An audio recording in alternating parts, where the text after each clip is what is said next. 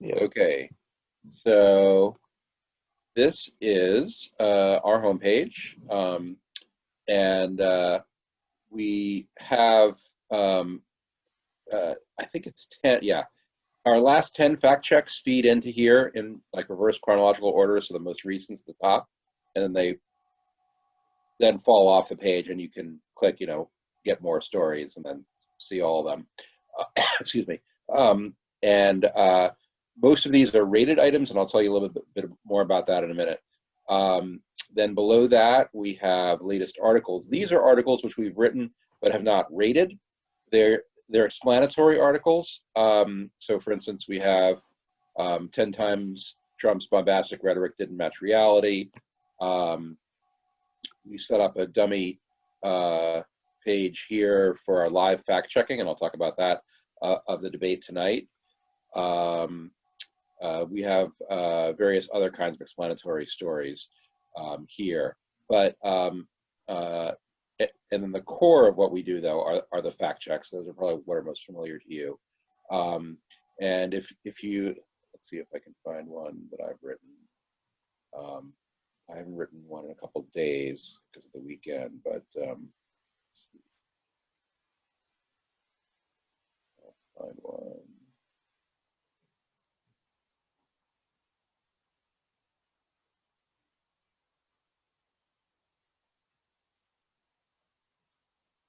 We yeah, this is like 20 or 30 items just since 5 days ago. So we come out with a lot of stuff. Okay, here's one that I did that attracted a lot of negative attention among liberals on Twitter. Um, Joe Biden said Donald Trump is the worst jobs president in recorded history. So what we've got here is the speaker, Joe Biden, when he said it and how he said it. It's a video and a tweet that he sent out. And this part here is what we call the ruling statement. That's the official statement that we're checking. And sometimes we sort of paraphrase part of it and put part of it in quotes because they may have garbled their language or it may not have been clear from the context what they meant, and we're kind of explaining, what they're referring to. Um, this is the thing that we officially fact check, and we like it to be pretty narrow focused and short. Sometimes we'll do like two sentences, but that's kind of about the most we really like to do. One sentence is kind of perfect, or even a partial sentence like this where we paraphrase going into it and then say, quote, the worst jobs president in recorded history. Um, so from so once we've chosen an item to do, and by the way, our standard for choosing an item uh, is if we hear something or see something and say, huh, I wonder if that's true. That's the most important thing.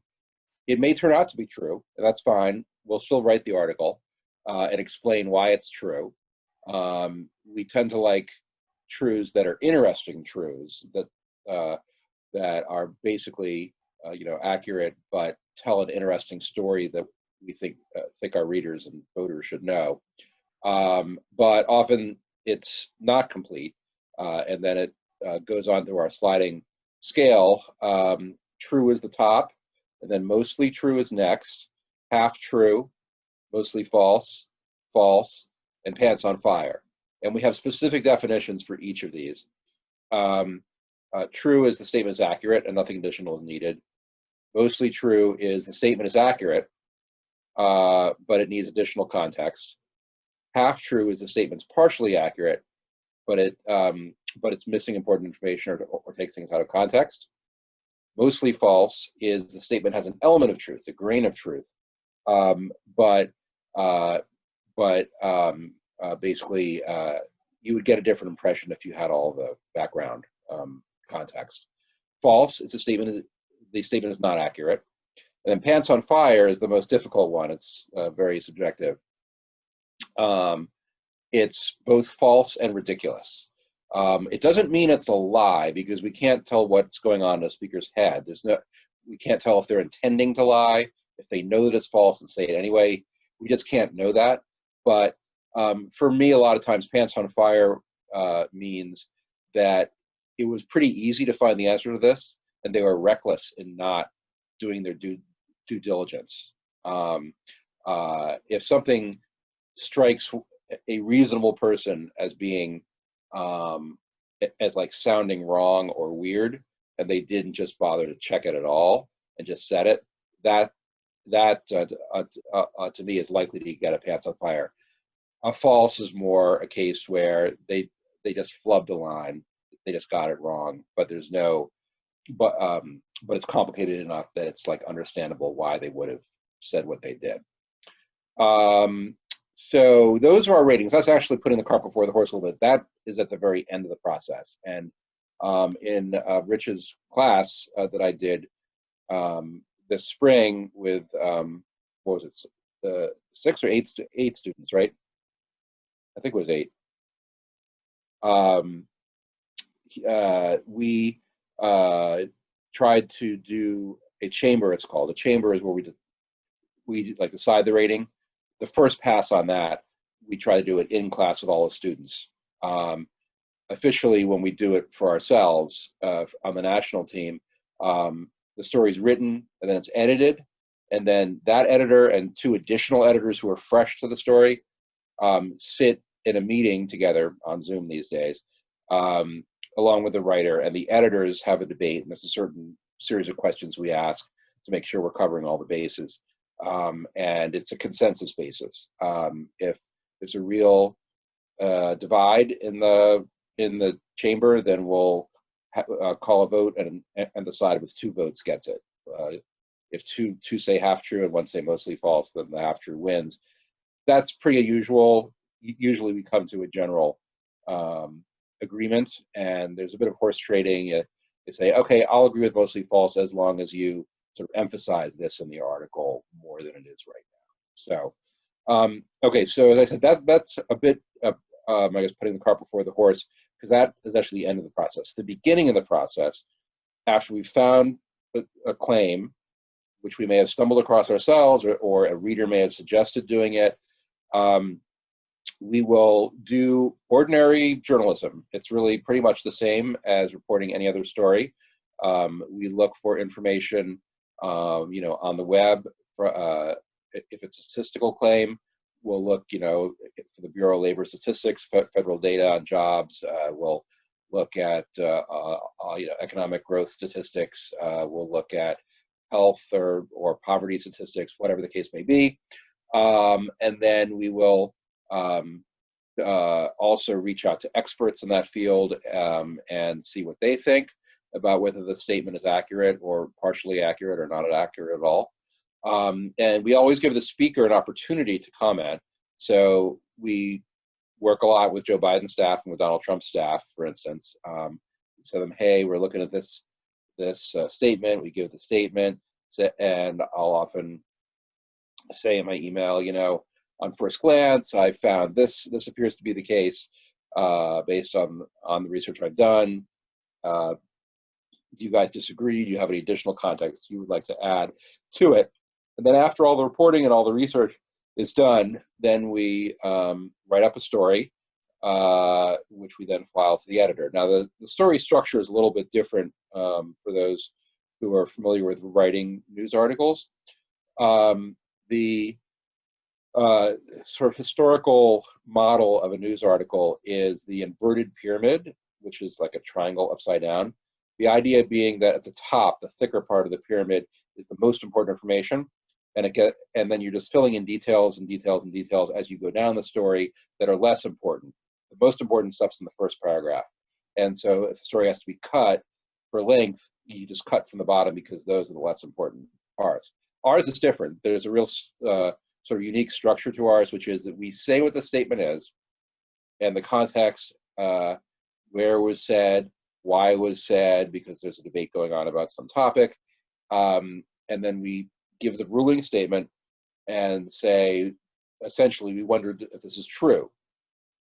And then we start basically unloading our research that we've done. So in this case, we've got the opening paragraph explaining when Biden said this and how. We've got a little embed for the tweet that he did. And for this one, I was able to create 3 charts, which help explain. So I first looked at the data. I went to the original Bureau of Labor Statistics source data to, first of all, make sure that what he showed in the ad, he actually showed a chart in the ad, that it was basically correct. And it was basically correct. But in talking to experts, we got the sense, and actually, I mean, in this case, two different liberal experts, so those who might otherwise be sympathetic to Biden, said that to say that Donald Trump is the worst recorded jobs president in history is really not comparing apples to apples. And I tried to show that by doing a couple other graphs. So my next graph was the employment gains or losses in the first 3 years of the president's term. If you just move the needle a little bit further back, Trump does quite well. Now, obviously, he was hit by the coronavirus. And the strongest Biden argument there is, well, if Trump had handled the coronavirus better, he would not be the worst jobs president in history.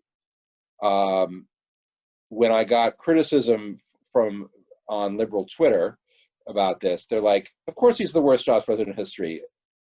You know, what Biden said was absolutely true. Well, yeah, but the thing is, anybody who would have been president during the coronavirus would have been the worst jobs president in history. If Joe Biden had been, well, I guess Hillary Clinton in this case, had been president, she also would probably be the worst jobs president in history, because the only way that to basically fight the coronavirus at the beginning of the pandemic was to shut down the economy. So maybe Trump did it worse than Joe Biden would have, or Clinton would have. But the fact is, Joe Biden has said, and I cite this in the article, he has said, I would have no hesitation to shut down the economy if that meant saving us from the coronavirus. So he says that would be his policy. And if he had been in office then, he also would have lost millions and millions of jobs. Perhaps he would have lost fewer jobs, but he still would have lost a lot of jobs. And so for him to say that Trump is the worst, I see where he's coming from, but this is not something that was entirely in Trump's control. It was partially in terms of the severity of it, but still, any president would be in a similarly bad spot. Here's the third chart I did, which is employment gains or losses from the beginning of a president's term to the trough of the worst recession on their watch. Now, these three high bars that are blue, those were all Democratic presidents who didn't experience a recession on their watch. But basically, all the other presidents did, and while Trump is the worst, several other presidents, including Obama, also had significant fall-offs from the time they took office to the worst spot of the recession. So this is a more complicated picture, basically, was our conclusion, than Joe Biden made it. And so we didn't say it was wrong. It was partially correct. If you look at it one way, it is correct, but we ended up at half true. And there was some debate in the chamber, should we go to mostly false, but I'm glad we went to half true, because a half true rating for us typically is, it's complicated. It's not as simple as the candidate is saying, and part of why liberal Twitter kind of exploded over this is that they didn't want to face the facts of like adding context. They say it's true, it's true. The problem with that, though, is that when people, and I should have said this in the article, I only thought about it afterwards. When Obama was president, the GOP was saying that Obama is the worst jobs president in American history. Well, that's because he came in the middle of the Great Recession. And so I don't think a lot of those liberals on Twitter would want Obama to be, to get a true statement saying that he's the worst jobs president in American history. There has to be some kind of coherence across and like consistency of our standards. And so I think we actually did rate claims like that in the Obama years somewhere in the middle. I forget if it was exactly half true, but we certainly took a skeptical eye towards them because that was out of his control. He got elected during the recession. He couldn't control that. In the same way, Trump also couldn't control everything in terms of the jobs job situation. I actually had a quote in here from a liberal economist who said, "This is the sort of cheap politics that is absolutely standard in campaigns. The reality is that policy is far less responsible for the good or bad things that happen on a president's watch than is generally believed." He said Jimmy Carter didn't cause the Iranian Revolution and the huge surge in oil prices that followed, but he sure took the blame for it. So that's and then just structurally, we close our article with the most important thing. So it's a sort of right side up pyramid where the most important thing is at the very end. In the our ruling section, we start by just repeating the statement we're checking, and then summarizing everything we found in the previous part of the story, and then we say what the official rating is, and we say the statement is half true. So that's sort of a tour through a fairly typical fact check that we would do. Let me stop there. Are there any questions you guys have?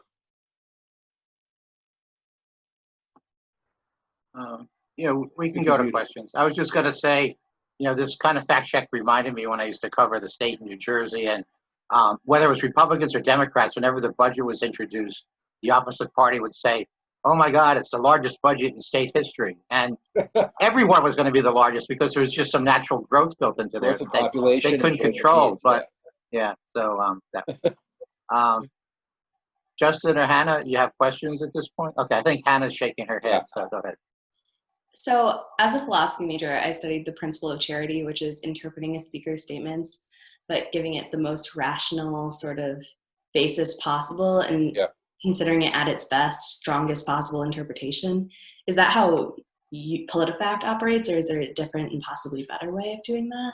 So, I mean, I think that's a goal that we usually strive for, but I would guess officially, I would say that we have two kind of competing principles for how we interpret words.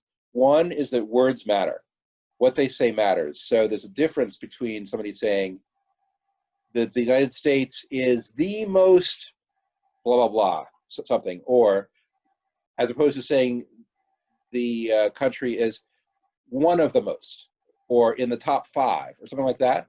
And if they're in the top 5, but they're not number 1, it's going to be maybe somewhere in the half true or so range. But if it's one of the top 5 or one of the most, and they rank 5th, that would get probably either a mostly true or a true. So that's one principle. What did the speaker actually say? Because that's what all the listeners have to go by, what they actually said. At the same time, we also say, what's the context? They may have said something, but it's clear from the preceding sentences that they actually misspoke here. If they forgot to say a not, something like that, we're generally not going to come down like a ton of bricks on them if it's clear what they're trying to say and they forget to say a not. We just kind of assume that that's a verbal slip up. But if they say not and it is, and there's no indication that they meant to say it the other way, then we probably would rate them.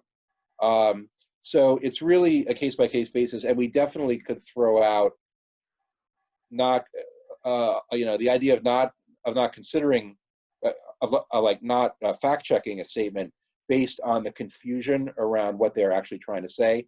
That's been a particularly big problem with President Trump. There are lots of things we could fact-check where we just don't understand what he's saying. He's just incoherent.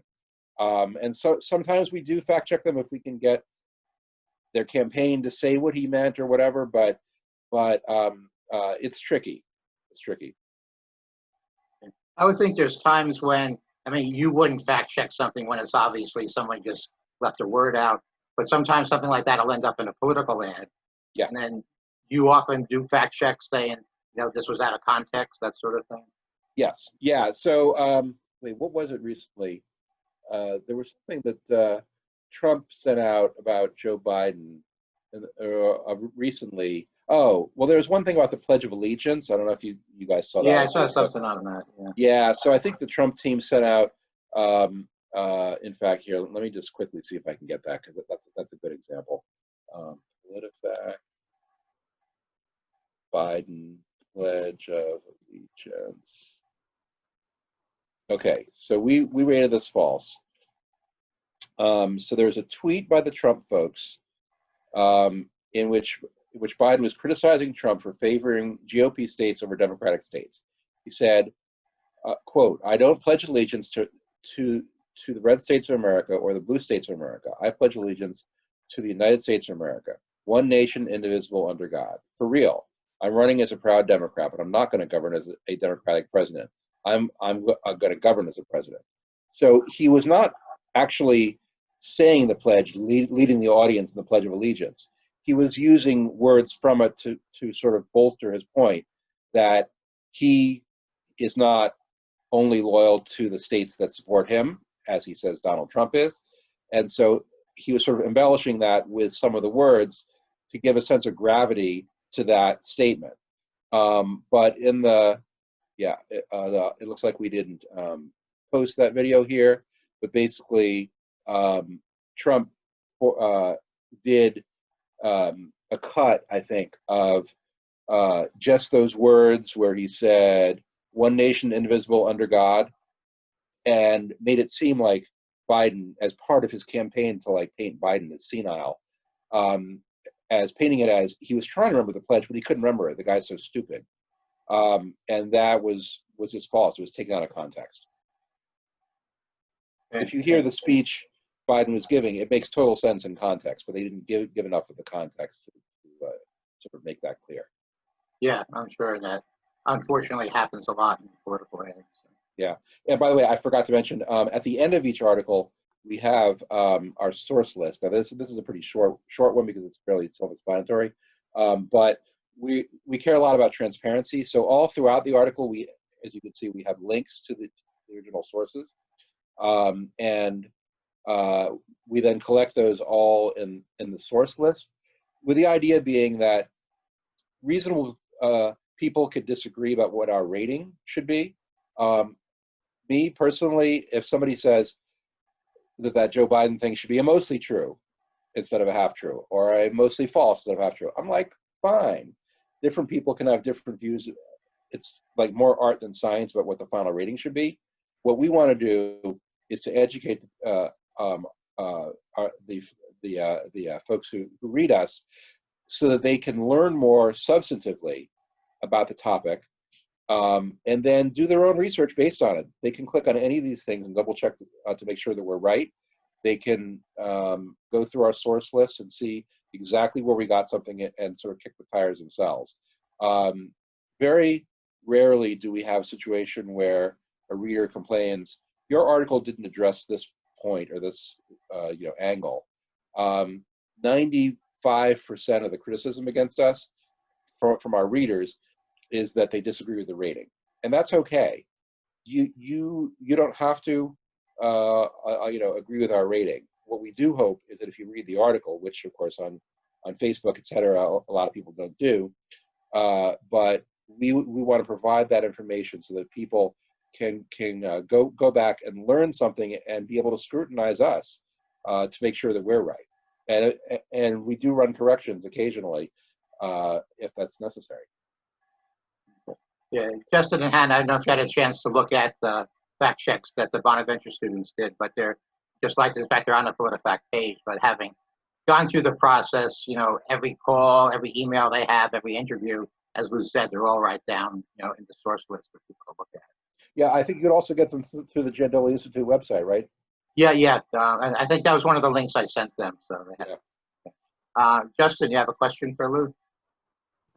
Yeah. So, when I was just thinking, when you see a statement that needs to be fact checked, what is the first thing that you do to start researching it? So what I like to do, my process, and all the reporters are different in this way. I think they might be somewhat similar, but they have their own little personal tweaks in how they do the process. But what I like to do is I first find the statement, cut it down to a ruling statement that is checkable. And by the way, I should say there are a few things which we can't check. We can't check predictions because we don't know how the future is going to turn out. And we can't check opinions because people have different opinions on things. It's got to be a checkable statement, factual, and also not take 5 days to do a work on. We'd like to turn around things in a day or two. And I also want to make sure that it can be cut down into a short, concise, checkable ruling statement. So once that's done, I've got that. I try to do a little bit of research, Googling, to find what else is out there. If it's a claim where I know where to find the answer, like the Bureau of Labor Statistics database, I can go there myself and just do that. If it's a talking point, then I'll Google that like talking point and see if other people have written about it before.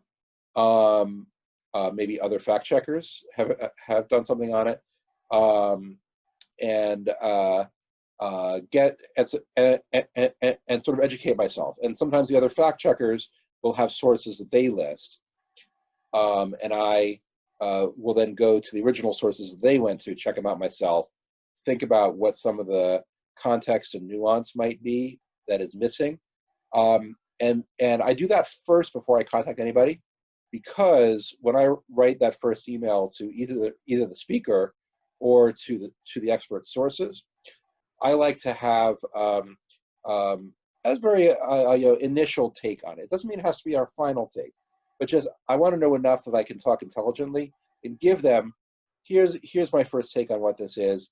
It's true that the data shows this, but there are some important bits of context that are left out. 1, 2, 3, and send all that to both the speaker and my sources, so they can, instead of me just asking them, okay, what do you think about this? First of all, they're the experts are less likely to spend their time starting from scratch on that question. It's better if I provide them with some kind of information that they can kind of respond to. It's easier for them. It makes their life easier, and then makes them more likely to respond to me. So I like to send those out, get those sorts of queries back, and then at that point, if I have enough, then I'll start to write. And it's pretty common that I can finish an item within 1 day. Within 24 hours of starting it, it should be posted, which could be the next day if I start late. If I start in the afternoon on Monday, then I'll probably go up, say Tuesday afternoon. So I'll typically do about 4 fact checks per week. Now, one other thing I should mention is we have a partnership with Facebook. If you look at our most recent fact checks, a large percentage of them are actually Facebook-related fact checks. And what these are, let's see, let's find a good one.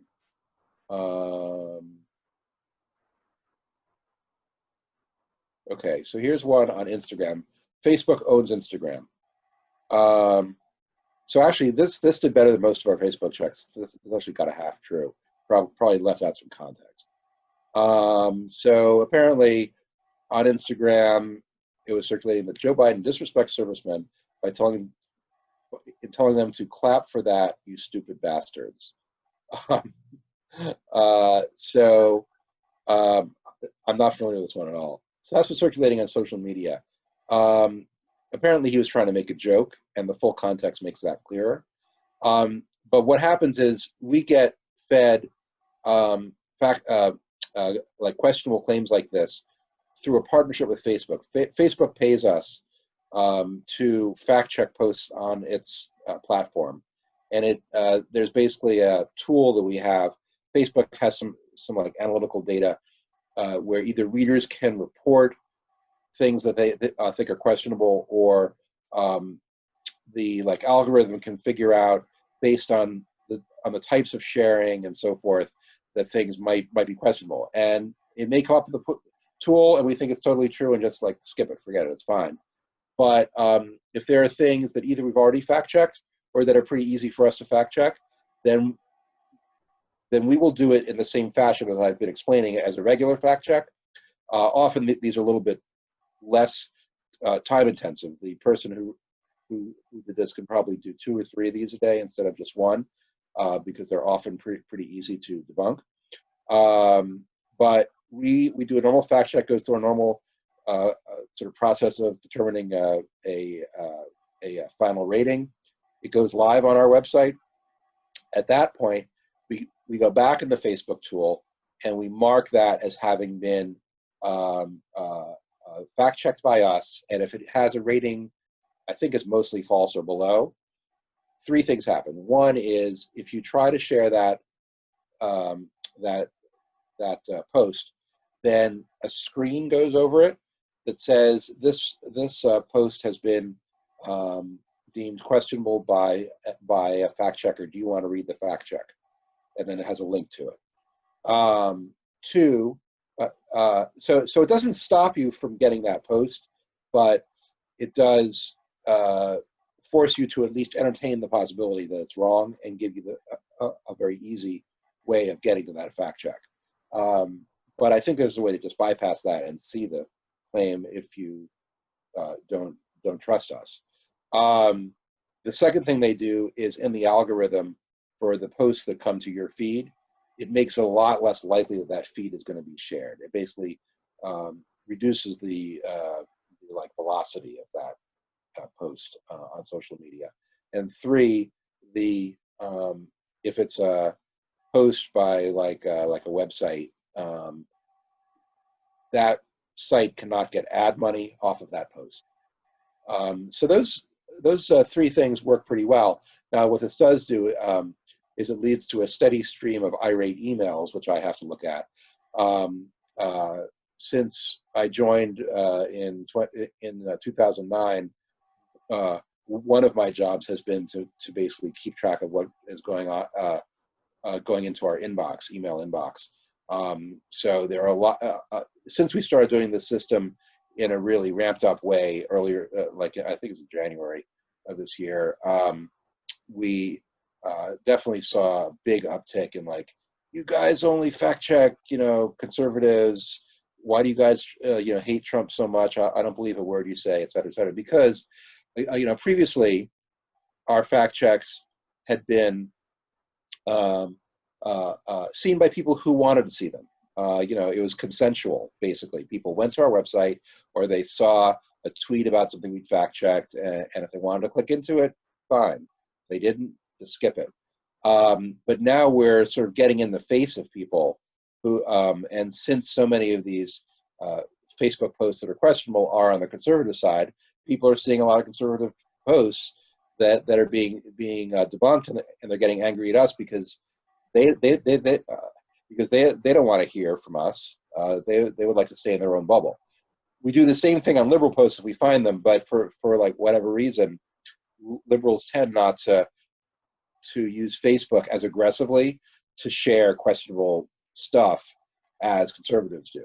So we try to fact check everything, right or left, but it tends to basically piss off conservatives more in terms of the Facebook stuff. But on the Twitter thing, on the Joe Biden fact check, it's funny, like my experience has been liberals, like for conservatives, it's been long, ongoing, consistent sort of background noise, level of complaints against us. But for liberals, it's generally quieter, but when they get mad, they really get mad. And my own personal theory is that liberals expect the media to be their friends and to help them. And they don't like to see their folks called out. And so when we do, it's like a personal betrayal, as opposed to conservatives feeling like, we like hate the press anyway. So they're sort of going through the motions of criticizing us, but like, it's not like a personal betrayal to them. They like always hated us. But for liberals, like, they're sort of expecting us to be part of the revolution, and we're not. We're just trying to be a referee. So yeah, that's interesting. That kind of jives with my experiences too. I mean, most of the criticism I've seen of PolitiFact has been from conservatives who saying you're left leaning, and you're right. There is an expectation, not correctly, that the press is going to be more liberal from liberal organizations. So when they see some criticism, they go bonkers. Yep. So I just want, how are you doing for time? Because I wanted to, I'm have the fine. students say, okay, yeah, you're not working till tonight, right? Right. Yeah. So why don't we go back and forth once or twice? And, we definitely want to hear about the process tonight, but let's Oh, yeah. stick with whatever's on your mind right now. So we'll go back to Hannah for a question. So you just touched on this, but do you find that the increasingly skeptical lens that the public has cast on the media contributes to any type of distrust of PolitiFact that's based in any way? Yeah, so it's a good question.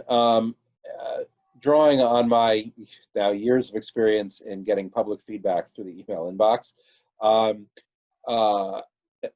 there are just some people, I don't know what percentage of the American public it is, maybe it's a minority, but it's a large number, certainly, of people who will never believe us, period. Like, they're just unreachable. And so as somebody who has to stand up for us, I have to sort of pick my battles. I'm not going to spend much time, if any time, on people who, in what they write, criticizing us, make it clear that they are dead set against us and they're never going to trust anything we say. It'd be like banging my head against the wall. What we like to focus our attention on are people who are either against a particular claim that we made, a rating or decision that we made, but who are, rational in terms of like arguing their point. And it's fine to engage with those people and try to explain why we did what we did, because we think they'll want to listen. Or people who are basically open-minded and have a sense of critical thinking and want to look to us for guidance. And they may not agree with everything that we say, and that's fine. But we do hope that they'll at least read the article and that they'll come out of it with a better understanding, even if they ultimately disagree. I hope that those are still a majority of Americans. I think it's certainly a large number. And those folks often aren't the squeaky wheels. It's the people who hate us who are. So it's easy to think, 100% of people who read PolitiFact hate us. Well, the people who like us probably aren't saying so. So I put some hope in that there's still an audience. And the fact that our traffic has gone up considerably over the years, especially in the Trump era, as truth has become such a big issue for a lot of people, that there's still a market out there for what we do. I mean, we're a much bigger operation and in pretty good financial health compared to what we were 10 years ago. When at the time, truth and falsehoods in politics were still pretty important. Thinking back to Sarah Palin, death panels, and even Obama had his thing: if you like your healthcare, you can keep it. It's always been an undercurrent of politics, and sometimes even a top story of politics. But right now, with Trump really not caring at all about being truthful, and I mean that not necessarily in a critical way. Like, one of the funny things about Trump is that if it were another politician who we were fact checking and gave as bad ratings to consistently, they would really be in our face all the time. Like, they would be like pissed off. He has not, since he was a candidate in 2015, has Trump ever referenced us. Like, he just doesn't care about being true. If he did care about being true and getting bad ratings, he would try to work the refs. And of course his staff does. I'm not saying that they don't try to make their case, but in terms of the highest profile attack on us, Trump is not attacking us. He's attacking the Washington Post and the New York Times like basically every day, and CNN or whatever. He does care about his news coverage. He doesn't care about fact checkers, and it's not just us, it's also the Washington Post fact checker. He really hasn't singled them out, factcheck.org, the other fact-checking outlets.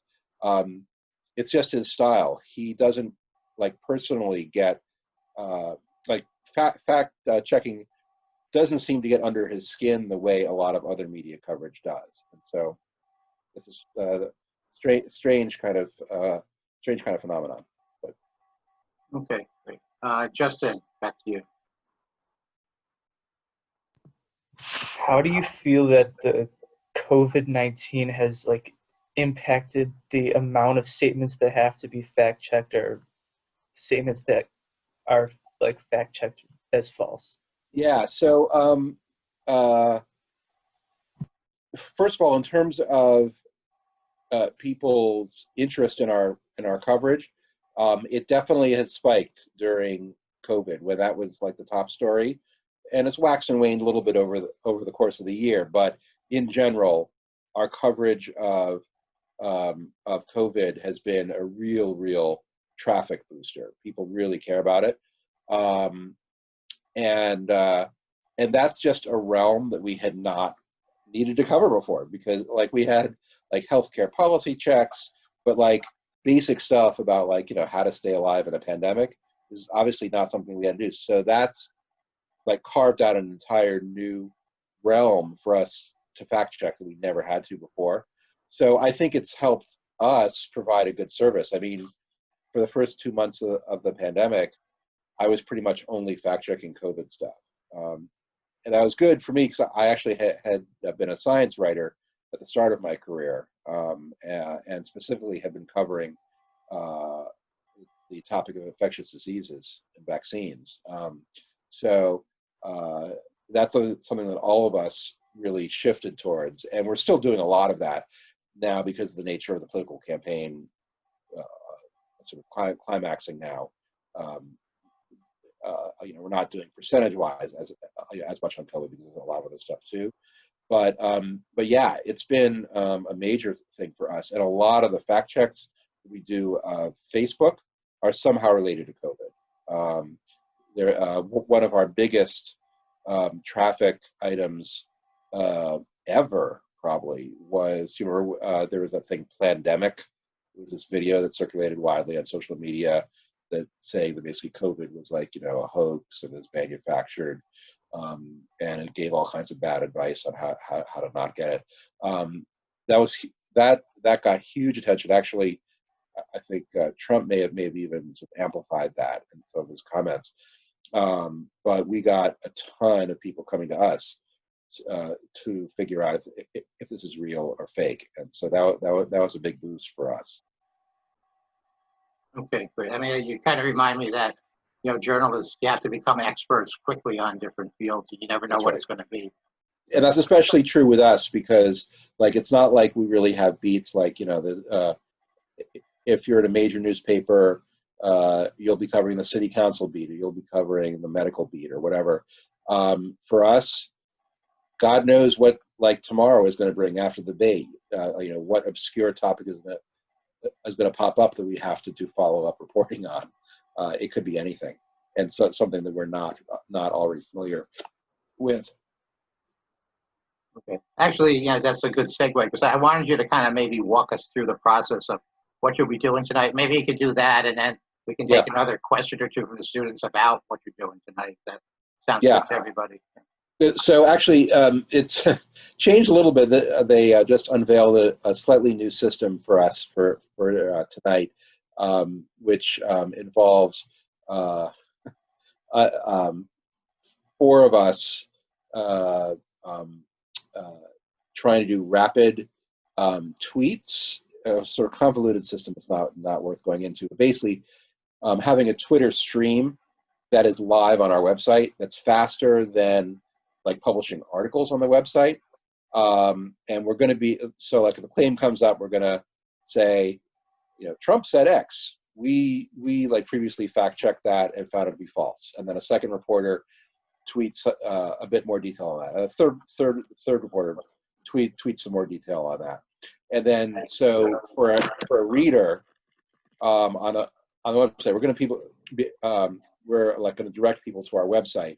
And so the reader is going to see those tweets come in as basically a second screen experience for the debate, and you know, almost as like a real-time fact checking. Now, obviously, it's not true real-time fact checking because the whole process I explained to you now can take a day, right? So what we're doing here is sort of leveraging the idea that all politicians repeat talking points. And so it's common for them during debates to re-up things they've said previously that we've fact-checked. And we always fact-check things, with an eye to kind of preparing for a debate in this way, even weeks or months out. If a candidate, repeats a talking point a lot, then we're going to want to fact-check that at some point because it's probably going to come up in the debate. So that's basically a variation on what we've done previously. What we've done previously is we've had people tweeting out very quickly on our main Twitter feed in basically real time, where we fact check something in the past and we'll say, Trump said this, we previously fact checked him saying this, and here's the rating he got, and then a link to our website, to our fact check. So this is just a little bit different in terms of presentation. It's going to be a feed on our website, built on Twitter, but sort of more almost like a blog post, scrolling down. But the idea is that while we can't fact check things literally in real time, we can do pretty close if we just refer people to our past work. And then obviously some things will come up that we haven't fact checked in the past. And we'll either start working on it during the debate, assign somebody to start working on it during the debate, and sometimes maybe even publish it during the debate, but like maybe half an hour or a full hour later. Or do a fact check that we research and publish the night of the debate after it's over, let's say 1 in the morning. Or if it's complicated and we need to reach experts, then we might do it the day after. So on Wednesday morning, we might do a fact check from the previous night. So we're sort of trying to leverage both Twitter for its speed and our traditional process on our website for full fact checks. We also do a wrap-up story that we try to publish fairly shortly after the debate, where we don't give ratings for everything, but we list 15, 20 items that were said during the debate, and just give 2 or 3 paragraph quick hits. And that's the kind of thing people share on Facebook. It's like the wrap up. Here's everything Trump said. Here's everything Biden said. Here's the gist of what they got right and wrong. Okay, good. I'm going to ask, Hannah and Justin maybe to have one more question, which can be about fact checking tonight or anything else, and then may let you maybe not get back to work, but get some rest before tonight. But I just wanted to mention the students for project with the debates, they're rating each answer to the question on how closely the question is answered, the actual question. They're giving every student, every question an A to F grade. Okay. We'll compile all those afterwards, so see how they do with that. Yeah. They're doing it in teams. I think Justin's on the first team tonight. Okay, that makes sense. Okay. But Hannah, one more question, unless you have more than one, but I think this has been great so far. I don't want to take up too much of this time. So with the debate tonight, are you expecting to fact check any topics more than others? They do have a specific rundown of what the topics are going to be. So I would expect those would, just off the top of my head, I can't remember exactly. I think one is the candidates' past records. One is, I think, the economy. COVID, I'm sure, is going to be one of them. There are a few others. So they do tend to have themes in each of the debates. And it's kind of up to the moderator to sort of choose those themes. So we may see questions asked tonight that are not asked in the subsequent or topics addressed tonight that are not addressed in the next 2, and some that's going to be in the next one that is definitely not going to be in this one because they're just trying to separate them into different categories. And Justin, you get the last question. I sound like a debate moderator now. Okay, so for like this debate compared to last debate, do you feel that you might have to fact check more today or this year than the last presidential election? So the Clinton-Trump debates, in other words, Yes. is the comparison. Yeah, I think it'll probably be pretty similar. Trump is Trump. It would be different if Trump weren't debating tonight, because Trump is just such an unusual character for us to deal with. For the reasons I cited, he doesn't particularly care about being truthful, and his like method of speaking is sometimes very difficult to parse, and much like I'm not a, I'm not sure he's even done any debate prep. Like he was kind of making fun of Joe Biden for like actually spending 3 days or whatever doing debate prep. Trump likes to sort of wing it. And that means that even if he has a talking point in his mind, it may not be fully accurate. He may have like misstated it or mischaracterized it. So because Trump was involved in 2016 and in 2020, I expect it'll be pretty similar. Both of those debates were probably a little bit different than, say, Obama versus Romney in 2012 or John McCain versus Obama in 2008. Neither of those candidates were anything like Trump, just in the pure amount of stuff that he throws out there that's like not thoroughly vetted. Okay, thanks. Justin or Hannah, do you have anything else you want to ask Lou before we let him go? Okay, No, but well, I just want to say thank you for speaking to us. Oh, sure. Appreciate Thank it. you. Sure. yeah, and I would say, yeah, and you should know, like Lou is a regular. He's, I think, Skyped in, or now that we have Zoom, to some sort of video measure. He's, talked to my classes every year, if not every semester, and we were able to kind of build off that relationship and do the workshop in the spring and summer, which when we get a little time to catch our breath after the election, we hope to do again this coming spring. Yeah. So I appreciate all that. So with that, I'll thank you too, and we'll be looking. I know I'm watching the debate, and I encourage the students to watch it, and we'll see what happens tonight. Sounds good. Well, thanks for having me. Okay, thank you. See you So later. long. Thank you. Bye. Bye.